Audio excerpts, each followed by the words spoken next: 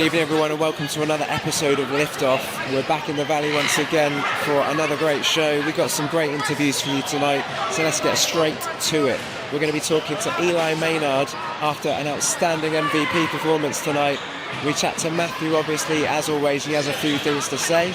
And we talk to Elia, Ando, of course, from the Women's Rockets team. They had their game here tonight just before. And also we talked to the head coach from the Women's Rockets team as well. But it's all going off in here tonight, and you do have to excuse me for my voice going, because earlier in the game, the lovely Bailey, unfortunately, was called to the sidelines, so I had to step in and take over microphone duties for the entertainment side of things, so my voice is a little bit struggling. I don't know how that man does it. But anyway, let's get on with this show.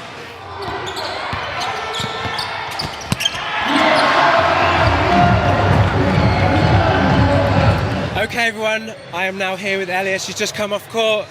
Talk about the game, how did it go? It was a rough one. I just kind of feel like it was a wake-up call for like the whole team, that no matter what position we're in the league, we have to compete 24s, and I feel like this was just a wake-up call for everyone. You know, that we have to keep the energy up here, 24s, not down here, and I feel like we slacked in that a bit, but we brought it back at the end. So do you think it's tough sometimes not to underestimate an opponent? So always go in firing. Yeah, and I feel like we kind of, because, you know, so long at the bottom of the league, I feel like we kind of just went into the game thinking, yeah, easy win. And we started off very slow, and they caught up to us. But at the end, eventually, we did get the win. But we can't underestimate anyone, Absolutely. Not at this rate, because everyone's winning. Anyone can win at this point. So is this the point where you find your experience comes in, you can help the players, you can advise them in these situations? I kind of feel like this is basically like my first year properly playing D1, because last year I wasn't playing as much. I was probably averaging like 5 minutes per game. So for me, it's kind of like a big jump from getting like 5 minutes to like 20. So I'm not used to all the pressure. So I kind of feel like I'm still so used to the experience. Like I still have other people to look at, like Chrissy and Lindsay. So I just feel like I'm just here basically and just trying to do the best I can for the team. You obviously play for the academy as well. Yes. Is it tough balancing all that? It's different because I feel like here I'm not really a leader, you know. I'm just here to give the energy with the team. But when I go to academy, it's like I have to be a leader. So it's a very different environment for me. So it's like here I just do my part, and then in the academy I have to step up and be a leader for the younger girls. So that's good though. It's good because you're seeing things from both sides. Yes. And it will help your journey through in the D1 team as well. You are quite known for having a bit of fire, bit of that energy, right? Yeah. That's a good thing though, right? Do you not think more people need to feel that passion? Yeah, I just kind of feel like with me, I've just always been like a little fighter for like my whole life. I'm very competitive. I have like 3 brothers, so I'm always wanting to win. Like even if I'm not scoring, I'm going to do my best I can defensively, or if I need to pick up the team, I'm going to give that energy to the team. So I just kind of feel like I just do my best to give off that energy, and they can feel it off me as well. That's great. So that's good. Yeah. Well, great game today. What are your ambitions for the rest of the season now?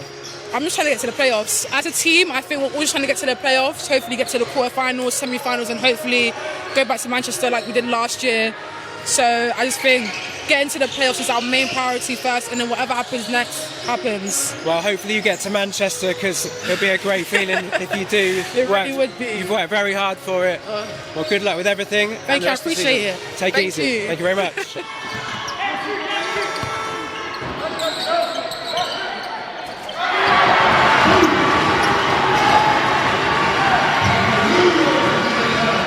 Okay everyone, I am here with the coach of the Ladies Rockets team. How are we doing?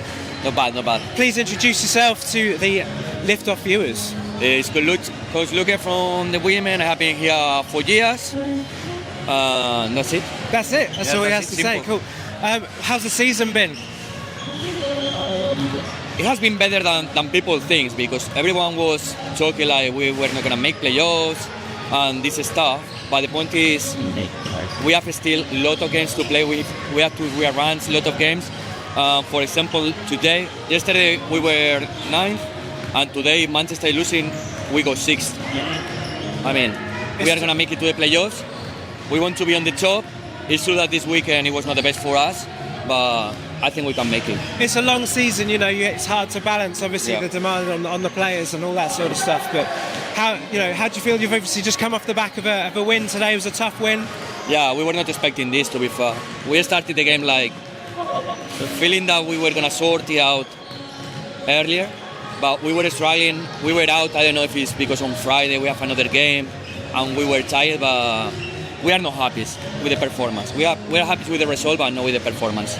What are your plans now for the games moving forward? What are you envisaging? Keep working is the only way. We keep working. We are going to trust our job. And that's it, and try to get as much victories as we can. Great stuff. Well, tell us a little bit about yourself, your background at all. Oh yeah, in Spain I started playing like when I was 5 years old until 23, 24, something like that, and I started coaching with 17 years old. I started in my place, in my village. I moved to Valencia Basket. I was learning that with Ferran Pizcueta, is one of the best in Spain. Later I went back to my place to be coaching. I have been coaching under 4s, under 6, 8, 10, 12, 14, 16, and seniors. I was helping 1 year in 4th division as well. Later I come back to Spain, to England, sorry. I started the first year assisting in the academy and in the senior team, and since I think it's my 5th season with academy and women. Great stuff. Big fan of Reading, I hope. Yeah. Feeling, acclimatised to our fantastic weather as well? Yeah, everything. You love it? I'm missing Spain for the weather, but, I will be there in summer, Good stuff. Well, thank you very much for talking to us today, and best of luck with the rest of the season. Thank you very much. Thank you.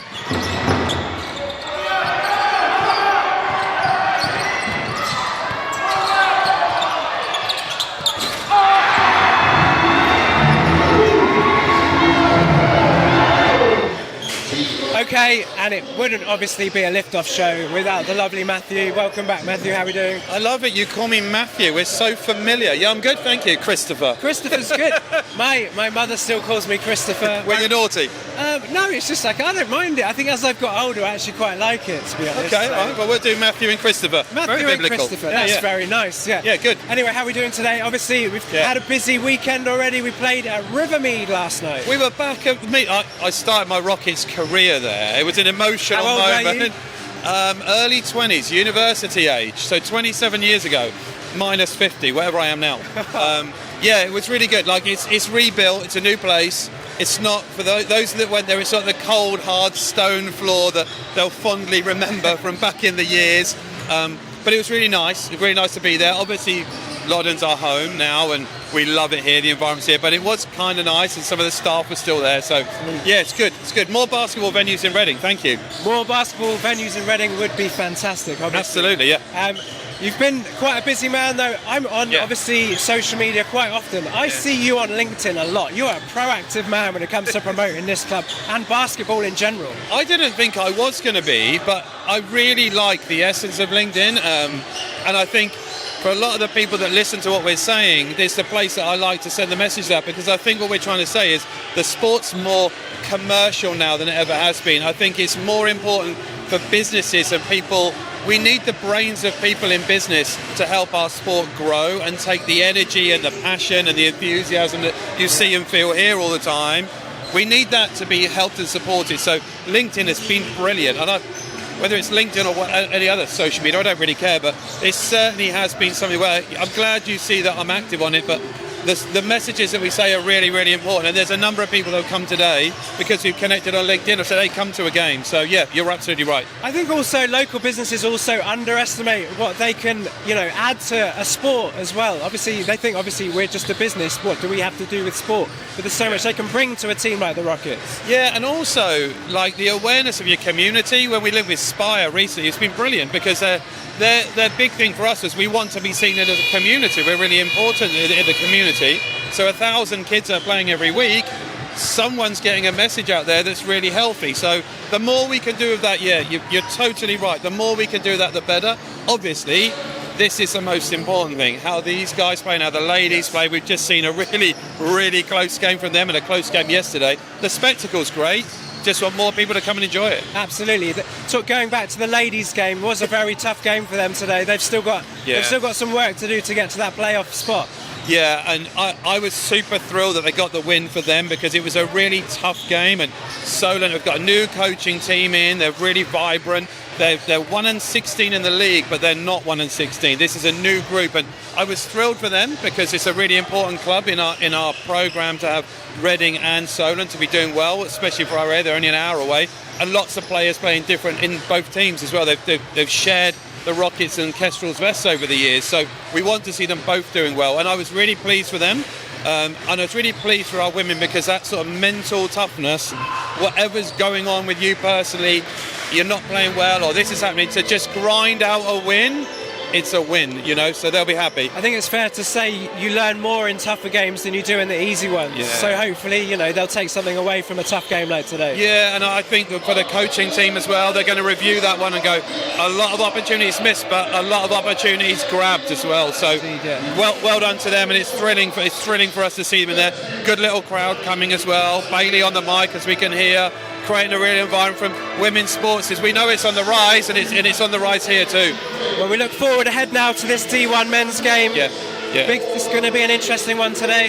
Yeah, Thames Valley are an absolute handful, and they've got some new players in. They've got some experienced guys that are doing really well. They've got a very, very creative and skillful roster, so they can beat anyone on their day. And same for London Elite yesterday. They've been in close games with the top 4 or 5 teams in the league, so this is always going to be a really testing time, physically testing, without Finn, who's not back in yet with injury. So guys have got to play above their position and above their physical size. So that battle is really interesting to see.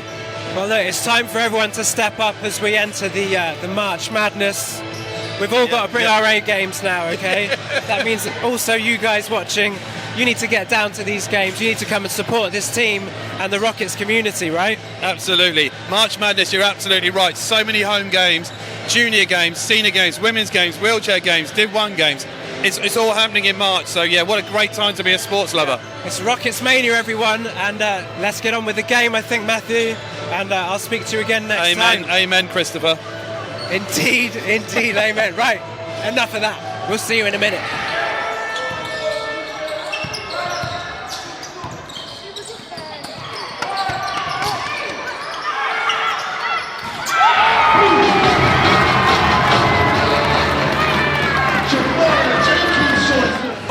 I am here with a very special person.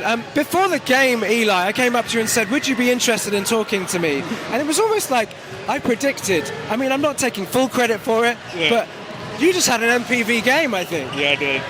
An MVP, I should say. Absolutely awesome game from you tonight. How are you feeling? Pretty good. It's been a long time coming, so finally glad that you get one in today. Everything seemed to click tonight, not just for you, but for the rest of the team. Yeah. How'd you feel about that? It's good, though. Some of these games have been hard-fought games, but I'm just glad that we got a comfortable win, and then everybody contributed, which is a good thing, even our youngers, so which is good. Absolutely. It was a full commitment from all the team tonight. It was great to see. But yeah, obviously I wanted to talk to you about all things in general. How do you feel like the season's been going for you? Ups and downs, but we're clicking now, and I'm enjoying that. And these last 5 games are really important for us in our seeding for playoffs. So I'm glad how the season's turning out. Great stuff. And for anyone who is watching and is unfamiliar, you are not from England, no? No, I'm not. I'm from New Jersey in America. From New Jersey. Yeah. Oh my God. I mean, my accent's probably terrible. How are you finding life over here at the moment? Reading is different. I enjoy it though. I was in London 2 years ago at Barking, so I'm not too unfamiliar with the area, so it's pretty nice. Do you miss home much? Yeah, I miss my family and my girlfriend. Of course, yeah. I guess you'll be going back after the end of the season. Yeah, for the summertime. You still got some work to do though. Yes, of What course. are you thinking for the rest of the season? What's the focus? We're locked in. We're trying to win it all. And that's the most important goal for us right now. Take it one game at a time, and then just hopefully we win it all this preseason. Postseason. I guess a few more games like that will definitely help cement things. Yeah.